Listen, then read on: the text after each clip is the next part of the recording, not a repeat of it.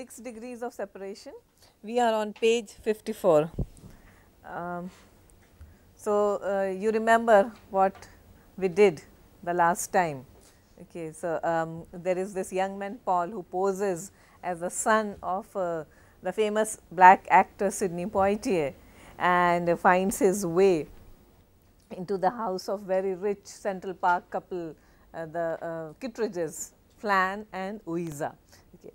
And nothing really happens, he does not steal, but what he is actually after is trying to get or trying to forge some kind of a connection with these very rich people perhaps. Okay.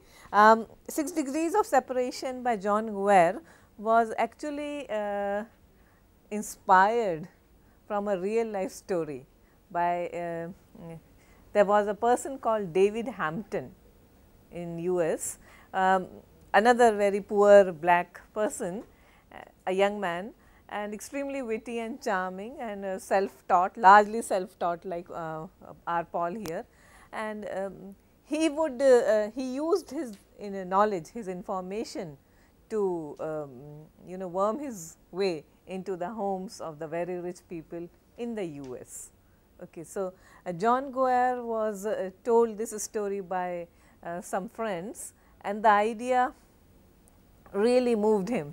He felt that what could actually lead someone to enter somebody's house and just for some a good meal and some kind of some good conversation, and that is it. Like Paul in this play, David Hampton was also not a burglar. He never stole anything from anyone, but he would pose as the son of a very rich man, and he would use this fake identity as a means to enter very rich people's homes. Okay, so this was the germ of the story. David Hampton, who died in 2003. Okay. He also had some kind of a conflict with John Guare, because he thought that Guare has used his story, and therefore, he should also be given some royalty, because 6 degrees of separation was an enormously successful play. Okay.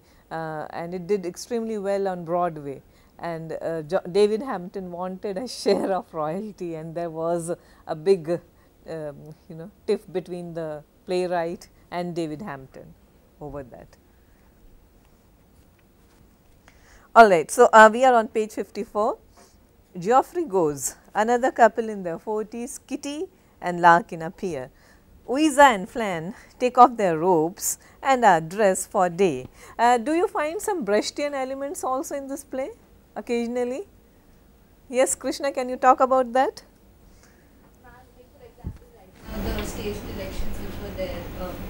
One element was that the artists changed their costume on campus. So, they would take off and it would reveal another costume inside. So, that could be something. Yeah.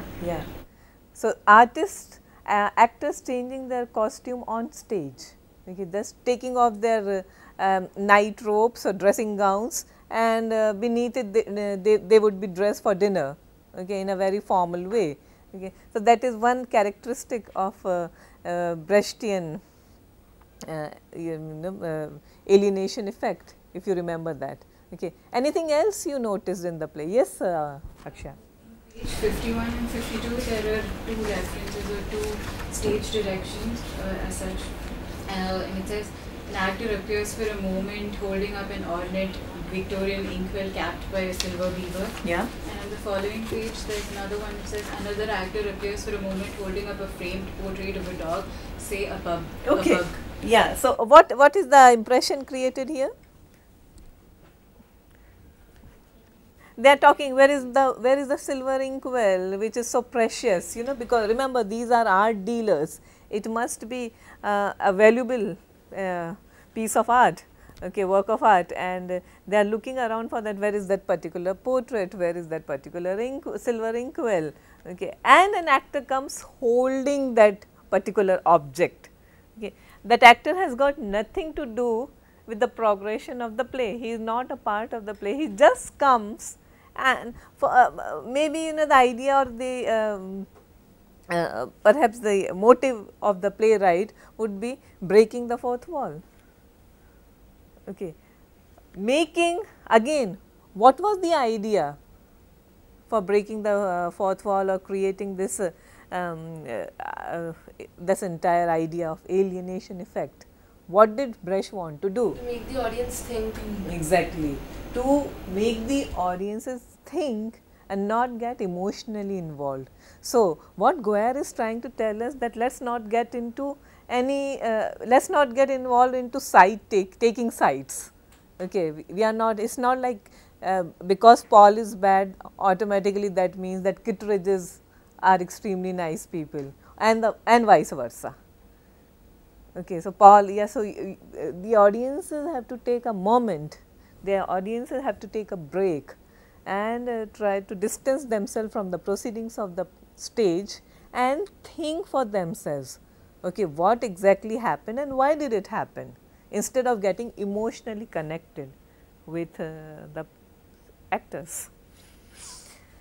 Okay, so Ouiza, do we have a story to tell you? Do we have a story to tell you? Kitty says, Ouiza to us. Now, to us, again repeatedly notice that Goyer resorts to using actors addressing the audiences directly. Okay, this is again a very pertinent feature of alienation effect. Ouiza to us, our two and their son are at Harvard together. Look at this constant harping on Harvard from the beginning. Kitty and Larkin are pleased about this. Let me tell you our story. When did your story happen? Last night. We are still zonked. Okay, what is zonked? Bewildered for, we are absolutely zapped. We win. Our story happened Friday night. So, we go first. We are going to be in the movies. Okay, what movie is this? Cats. Okay, we are going to be in the movies of Cats. Ouiza and Flan look at each other, they know what is happening here. Ouiza, you tell your story first. Friday night, we were home, the doorbell rang. Kitty, I am not impressed, but it was the son of Ouiza and Flan to us, you got it. Okay, who, son of? Of course, yes. Kitty, the kid was mugged. We had to go out, we left him. He was so charming. His father was taking the red eye. He could not get into the hotel till 7 a.m. He stayed with us. She is very pleased. Larkin, in the middle of the night, we heard somebody screaming, burglar, burglar. We came out in the hall. Paul is chasing this naked blonde thief down the corridor. The blonde thief runs out. The alarm goes off. The kid saved our lives. Flan, that was no burglar. Ouiza, you had another house guest. Kitty and Larkin laugh, they laugh it off. Okay. Larkin, we feel so guilty. Paul could have been killed by that intruder. He was very understanding. Ouiza, was anything missing from your house? Nothing. Did you give him money? $25 until his father arrived. And how much did Kittredges give? $50. Okay. Flan, to us, we told them our story. Kitty and Larkin, oh. Ouiza, have you talked to your kids? Kitty, can't get through. Ouiza makes a phone call. Ouiza, Sherry, Netherlands, I would like also notice that both Kittredges and Kitty and Larkin, they try to connect with their kids immediately after this incident, because both sets of parents have been told by Paul that he knows about them through their children. Okay. And both sets of parents fail to connect to their children, okay, even through the phone, and which is very interesting. Ouiza, Sherry, Netherlands, this is the hotel where Sidney Poitier is supposed to be residing. I would like Larkin to us. She gave the name. Okay, this is very important, the name, celebrity culture. After all, we are all worshippers at the altar of celebrity culture, and that is what the play is all about. Kitty, Sidney Poitier must be registered. The doorbell rings, Flan goes. Ouiza, no, she is over the phone. I am not a fan. This is not a fan call. We know he is there. His son is a friend of Click. The Sherry is hung up. Okay, they are not interested. Larkin, he must be there under another name, another phone call. Ouiza, hi, celebrity service. I am not sure how you work. Kitty, Greta Garbo used the name Harriet Brown. Harriet Brown was a writer. Greta Garbo, one of the major Hollywood stars, especially during the silent period, silent era of Hollywood. And she made a couple of extremely successful movies. She was also noted for her, this mystical aura around her, because she was by and large a very private person. Okay, a very a person who guarded her privacy very zealously. So, she was one of those people, and she it is said that during her last years of her life, nobody actually saw what she looked like, because she retired at the peak of her stardom. She did not want people to watch her getting older and maybe losing her beautiful looks. So, she just cut herself off from the rest of the world, and then she led a life, a very private, secluded, reclusive kind of life. So, she is the ultimate name when it comes to celebrity privacy. Okay. She actually she did not want any paparazzi, any fans, anybody haunting her, hunting her down or anything, and she remained so till the end of her life. So, Greta Garbo, therefore, the reference to Greta Garbo. So, perhaps Sidney Poitier himself is so conscious of his privacy, and he does not want people to intrude, and maybe like Greta Garbo, he also resorts to using pseudonyms or nicknames. So, she is over the phone, she is talking to celebrity service. You track down celebrities, am I right? Larkin, everyone must have known she was Greta Garbo, because she is Greta Garbo, people would recognize. Ouiza, I am trying to find out how one would get in touch with, no, I am not a press agent, no, I am not with anyone.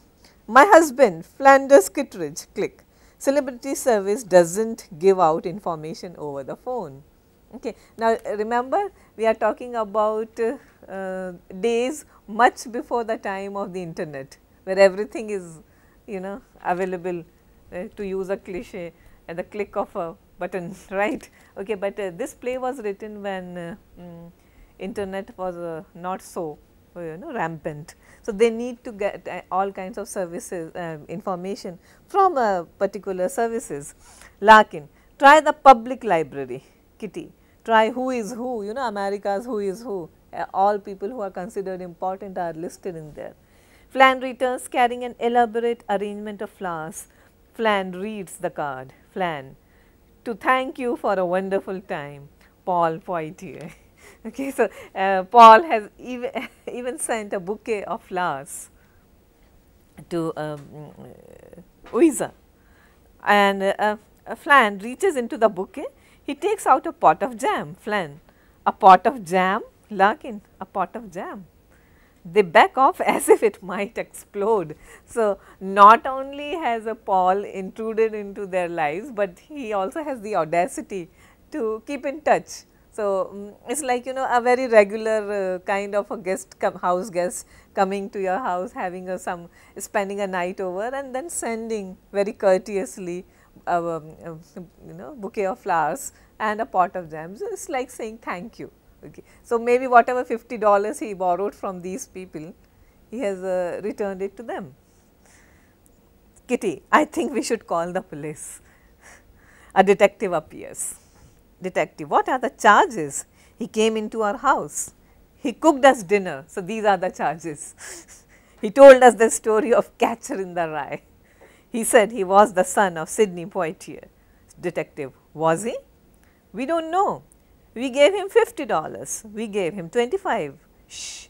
He picked up a hustler. He left. He chased the burglar out of our house. He did not steal anything. We looked and looked, top to bottom, nothing gone. The detective closes his notebook. Okay. They know there are no charges. What can we do? Ouiza, granted this does not seem major now.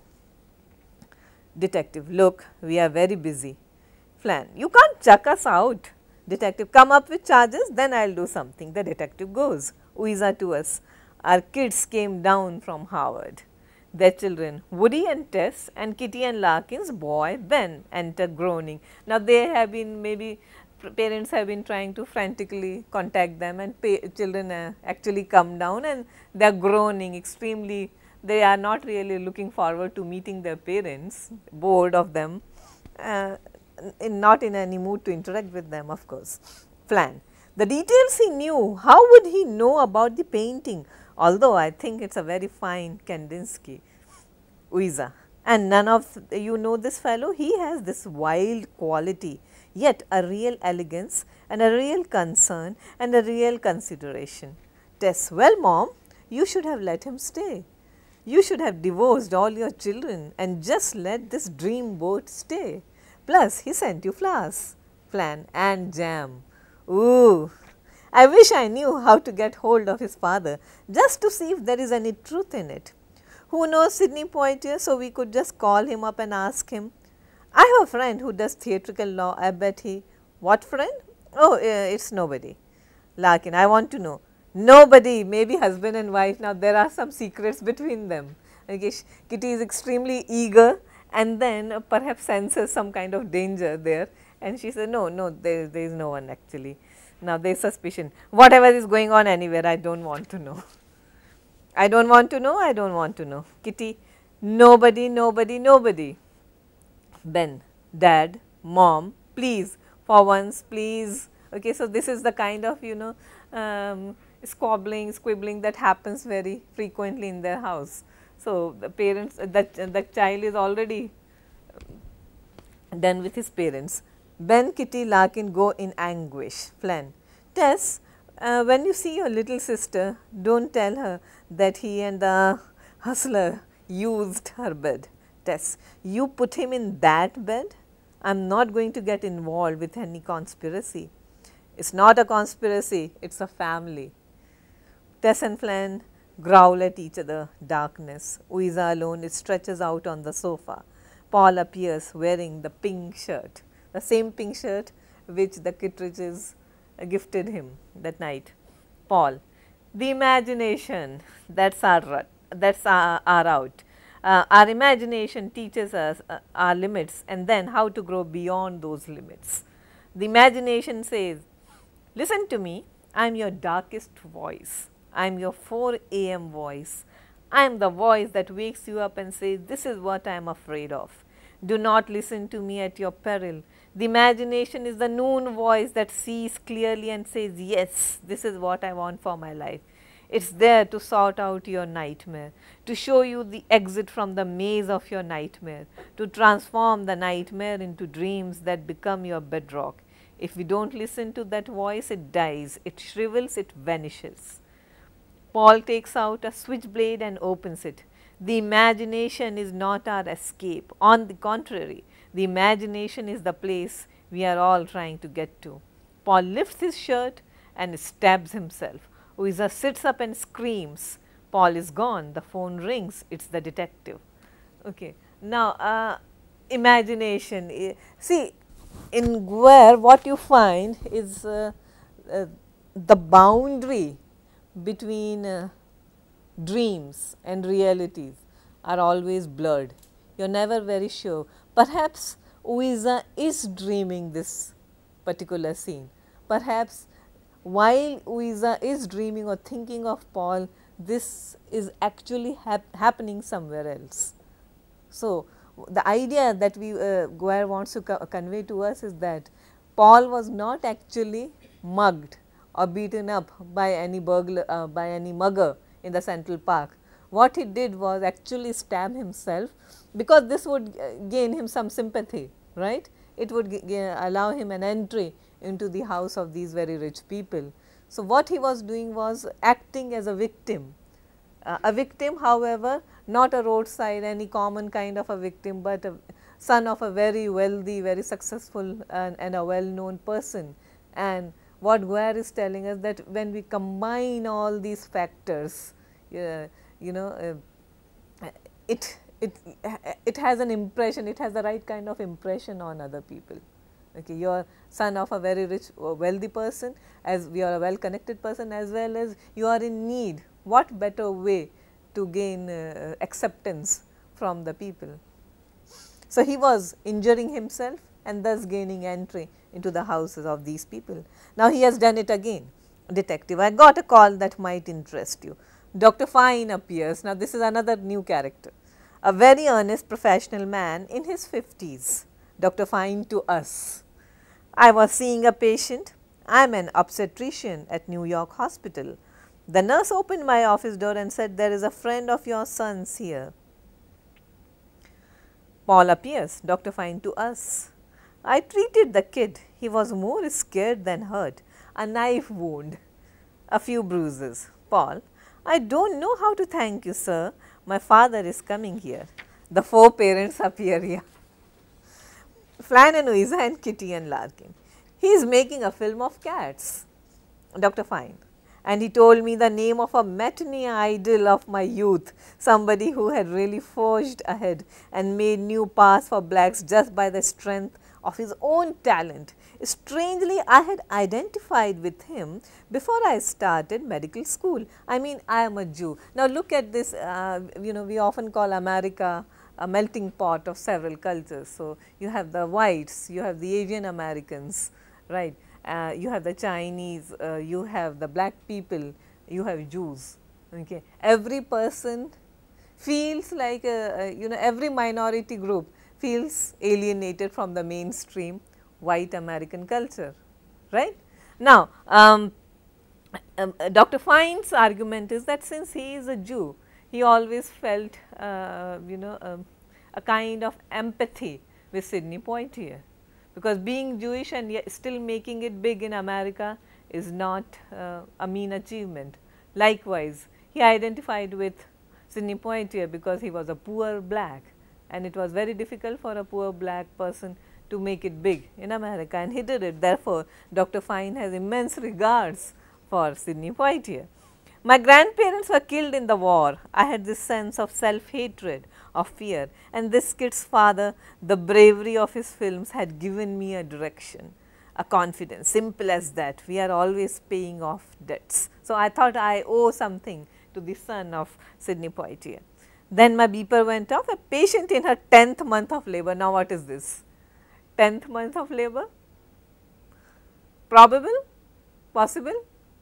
Never. Okay, but then we were talking about how Guerre uses plenty of improbabilities, impossibilities, and sort of interweaves them into the fabric of his plays. Okay. So, there is no way that you can have a 10th month of labor, but he gets away with it. And how water finally broke, I gave him the keys. Okay. There was an emergency situation, and I told the kid, don't worry, you are a friend of my children. My son, you are a friend of my sons, and you are also the son of the great Sidney Poitier. So, here are the keys to my house. Go and just rest. Paul catches the keys. Paul, Doug told me about your, so Doug is the name of Dr. Fine's son. Told me all about your brownstone. Brownstone? What's type of an apartment? Okay.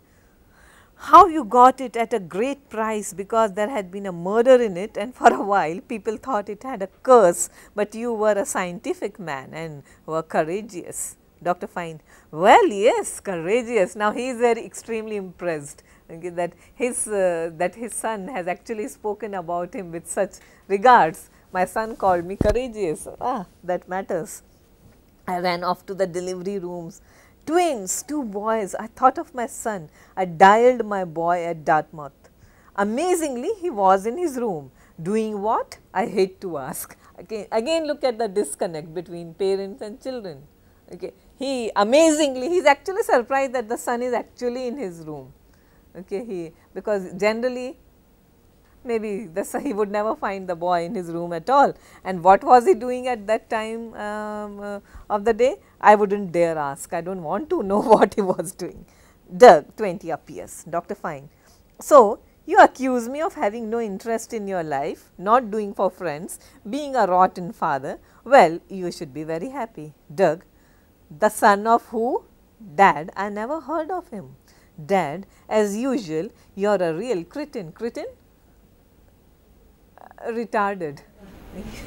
You gave him the keys. You gave a complete stranger who happens to mention my name the keys to our house. Dad, sometimes it is so obvious to me why mom left.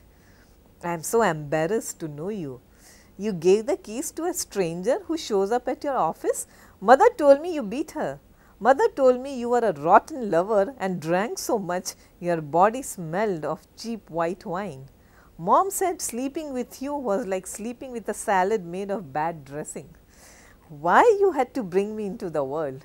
Okay, so this is the connection between children and parents. Dr. Fine, there are two sides to every story, one your mother's story and one mine. So, remember Kandinsky painting, yeah, chaos and order, two sides to the Kandinsky. So, from the beginning the the Kandinsky painting painted both sides of the canvas is shown to us in a very symbolic way. There are always two sides. If the Kittredges have one point of view or some perspective, perhaps Paul also has a story, right? Okay. So, there are always two sides. So, chaos and control, chaos and order, okay, that is the Kandinsky. Also, do not forget that at some place when having a conversation, very bright sparkling conversation with Paul, Flann Kittredge talks about his wife Ouiza as a she is a Dada manifesto. Remember Dada manifesto, D-A-D-A.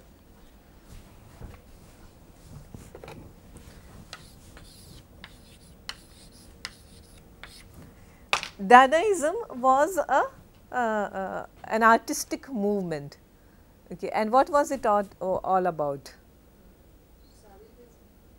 An offshoot of, but Dadaism believes in breaking all rules, all traditions, all regulations. Okay, that's the and it believed that an artist should have complete freedom. Okay, so it was quite completely spontaneous and emotional release of all that is within. That is what Dada is about. So, when Flann Kittredge calls his wife Ouiza Kittredge a Dada manifesto, that means she is basically wild and emotional at heart. Whereas, look at Flann, he is always in control, right, as compared to between the two of them. It is Ouiza who feels a kind of a connect with Paul. Okay. Flann is impressed, but then there are other reasons for the reason of getting impressed, because after all Paul is Sidney Poitier's son. Yeah, but Ouiza is charmed. Okay, so Ouiza always has this wild streak in her. Therefore, so when we talk about two sides, Ouiza is a society lady. She is also a sophisticate, but there is a wild element to her. That is what, two sides to the story. You are an idiot, you are an idiot. Doug goes into the dark screaming. Dr. Fine, I went home courageously with a policeman. Courageously, and look at the contradiction. Courageously with a policeman. Okay, I am a courageous man, but I will take a policeman along. A policeman accompanies Dr. Fine. Paul appears wearing a silk robe, carrying a snifter of brandy. Now, where is Paul? At Dr. Fine's brownstone. Dr. Fine, arrest him. Paul, pardon. Dr. Fine, breaking and entering. Paul, breaking and entering. Dr. Fine, you are an impostor. Paul, officer, your honor, your eminence, Dr. Fine gave me the keys to this brownstone. Isn't that so? Dr. Fine, my son doesn't know you. Paul, this man gave me the keys to the house. Isn't that so? Policeman screams, did you give him the key to the house? Dr. Fine, yes, but under false pretenses. This black kid crack addict came into my house, my office lying.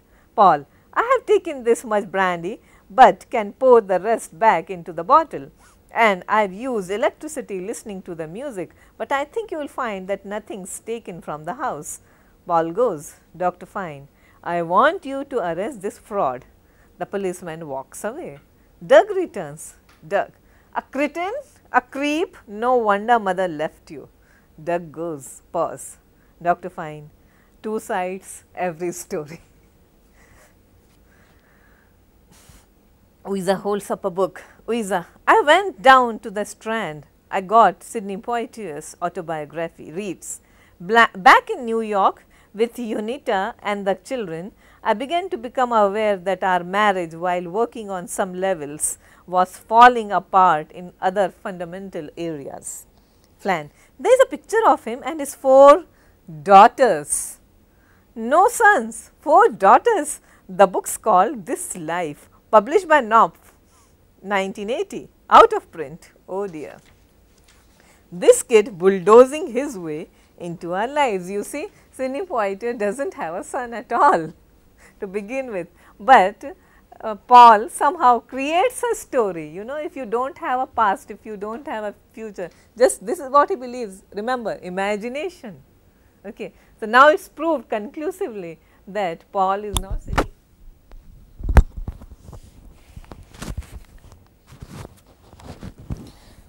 So, Paul is not Sidney Poitier's son at all.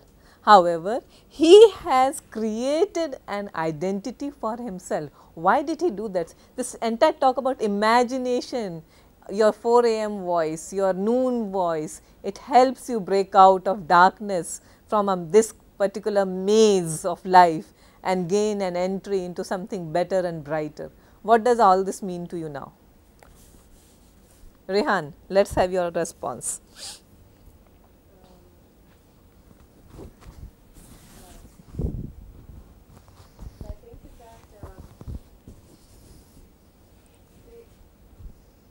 He means no harm, as in so far as he means no harm, he just he utilizes this Say it. Okay, what I mean to say is that he utilizes this entire circus of social climbing, as in initially, oh, he's Sidney Poitier's son, yeah, and then later Dr. Fine calls him a crack addict, you know, just because he is black. Yeah, just because he's black. And and earlier, I think it was Jeffrey who wanted to have blacks in this new in this movie festival or film festival of some sort. How each one is like a stepping stone to, as in how people use the other person. Absolutely. How this the play is all about how people use status, social status as a way of social climbing up the ladder. But what is the basic? See, Paul keeps on talking about imagination, the death of imagination. Remember, what is Catcher in the Rye? It's a play of, it's a story of imagination.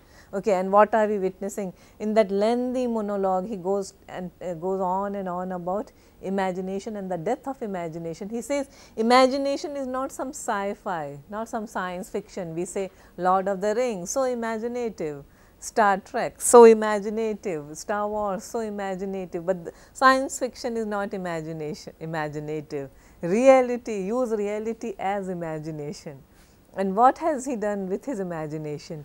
He has created an identity for himself. He has constructed an identity for himself. He knows that being poor, being gay and being black, okay, 3 things go against him. He is poor, he is gay, he is black. Okay. And still he wants access to those seemingly inaccessible people. And what does he use? His imagination. He is willing to cut himself across, you know, with a switchblade. He is willing to inflict wounds and bruises on himself to gain an entry into the lives of those very privileged people to whom otherwise there is no way he could have access to, right? How else would he? So, he has to appear in a certain way to to communicate and to sit across a table and to have meals at the same dining table with those people. He has to have some status, he has none. He used his imagination, and for however brief a time he did manage to do so successfully. Okay, so, you have Kitty and Larkin, you have the Kittredges, and you have Dr. Fine, all these people, okay, the upper class, the privileged section, the white people of the New York society, okay, who would otherwise, do you think they would ever entertain a person like Paul? No, but they did. So, he used his imagination to you know, cross over.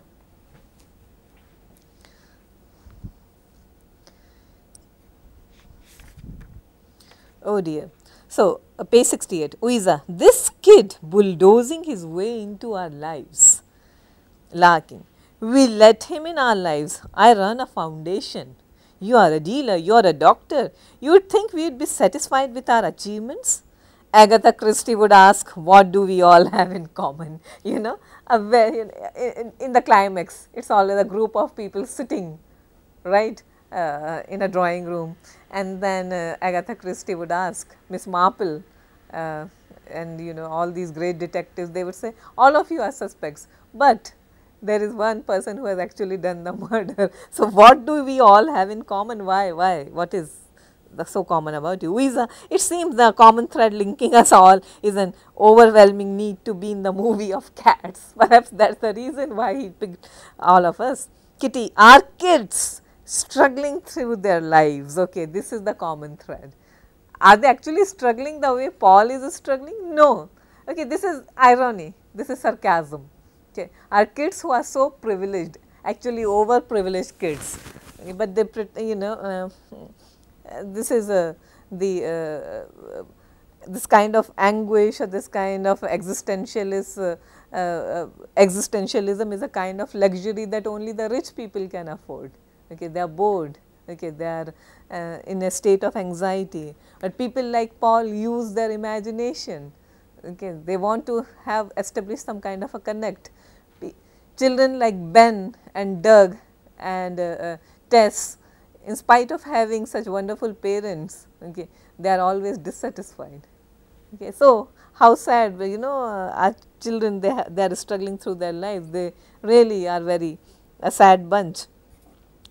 I do not want to know anything about the spillover of their lives.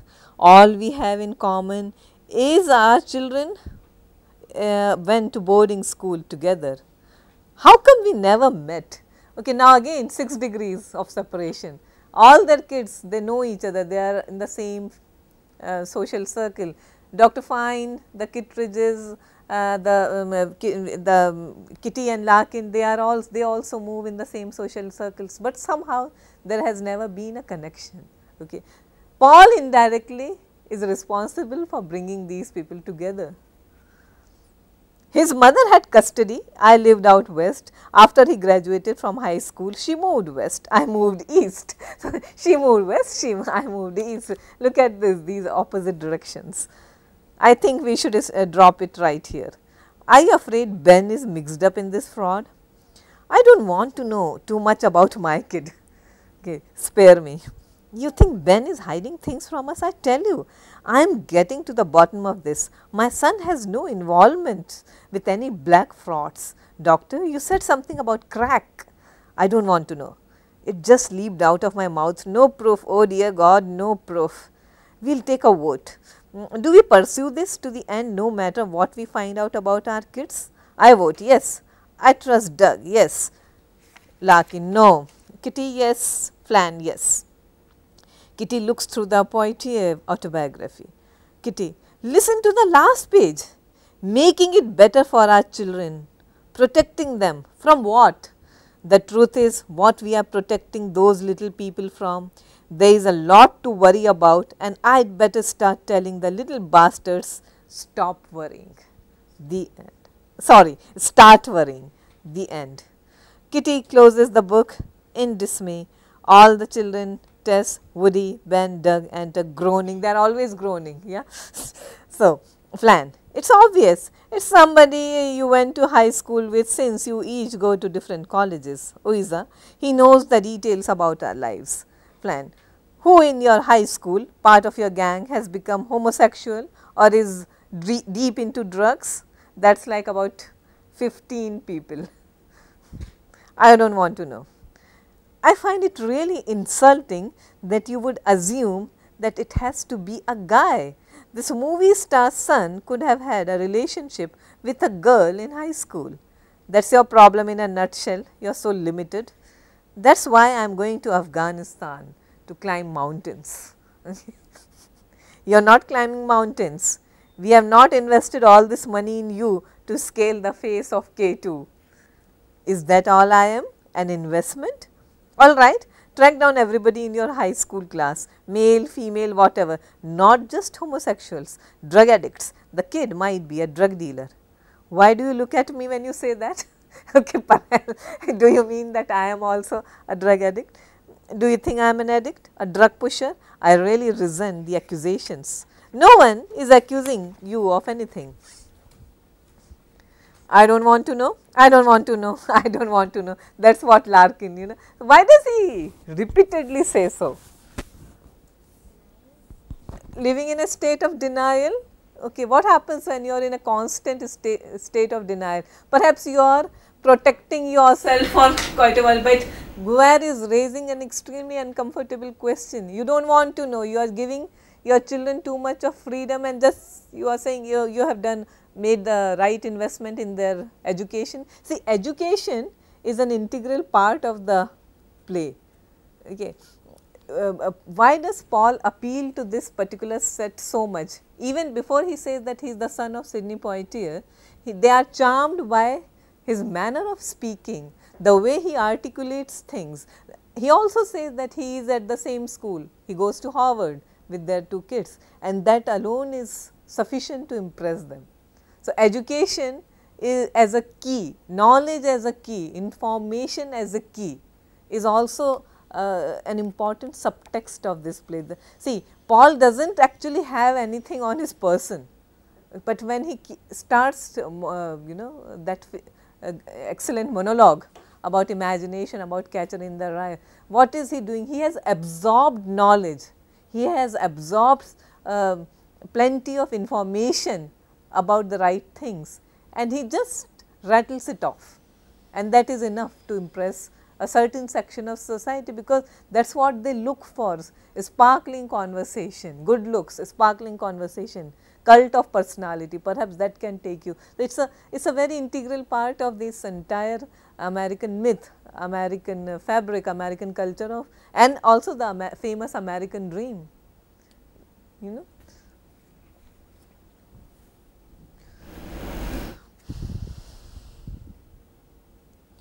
I do not know, yeah, Flan, nobody is accusing anyone of anything. I am asking you to go on a detective search and find out from your high school class if anyone has met a black kid pretending to be a movie star's son, Ben. He promised you parts in Cats. It was not just that, it was fun.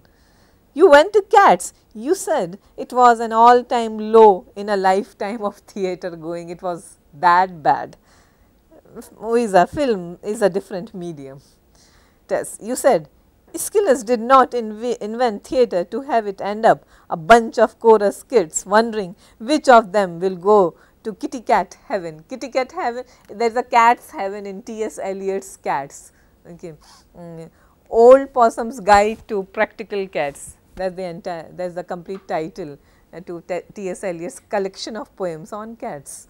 Okay. And all of them, they are aspiring to go to this place called kitty cat heaven, and Ouiza just detested the play when it was staged on theatre.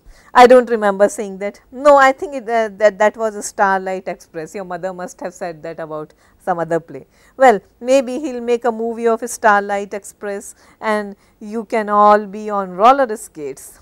This is so humiliating. This is so pathetic. This is so racist. This is not racist. How can I get in touch with anybody in high school? I have outgrown them. How can you outgrow them? You graduated a year ago. Here is a copy of your yearbook. I want you to get the phone numbers of everybody in your class. You all went to the same boarding school. You can phone from here. You can charge it to my phone. Call everyone in your class and ask them if they know. Never. This is the KGB. You are on the phone all the time. Now I ask you to make calls all over the country and you become reticent. This is the entire McCarthy period. I just want to get one thing straight.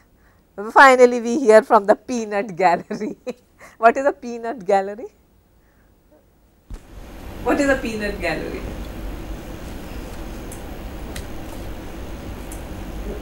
You know the stall in a theater, you have the upper classes, the box, okay, the balcony, the so called, yeah, and then you have the peanut, the stalls, okay, yeah. So now we get opinions from you also. You gave him my pink shirt. You gave a complete stranger my pink shirt. That pink shirt was a Christmas present from you. I treasured that shirt. I loved that shirt. My collar size has grown a full size from weightlifting. And you saw my arms had grown. You saw my neck had grown. And you bought me that shirt for my new body. I loved that shirt. The first shirt for my new body. And you gave that shirt away. I can't believe it. I hate it here. I hate this house. I hate you. You never do anything for me. You have never done anything but try to block me. I am only this pathetic extension of your 8th rate personality. Social Darwinism pushed beyond all limits. You gave away my pink shirt. You want me to be everything you want. You said drugs and looked at me. The parents leave speechless, defeated. The kids look through their high school yearbook. Tess spots a face. Okay. Any comments on this parent and children, parents children interaction? Well, the play is all about connection. You have a total stranger like Paul barging in and making a connection. Yes, Harigavi? Although Larkin alone says, I don't want to know, signifying his disconnected. Yeah. All the parents do seem to be disconnected from as well. Yeah, it's not just only Larkin, it's also all the other parents as well. Okay. So what have they done over a period of a year? Just treated their children as some kind of investment, send them to the best college in America, and then bragging about it. You know, it's a matter to be extremely proud of. So materially you have done everything for your children, but emotionally there is a big vacuum, and that's what Guer is trying to drive our attention to. Okay. All right. Thank you. So, we will move on, we will continue with this on Monday.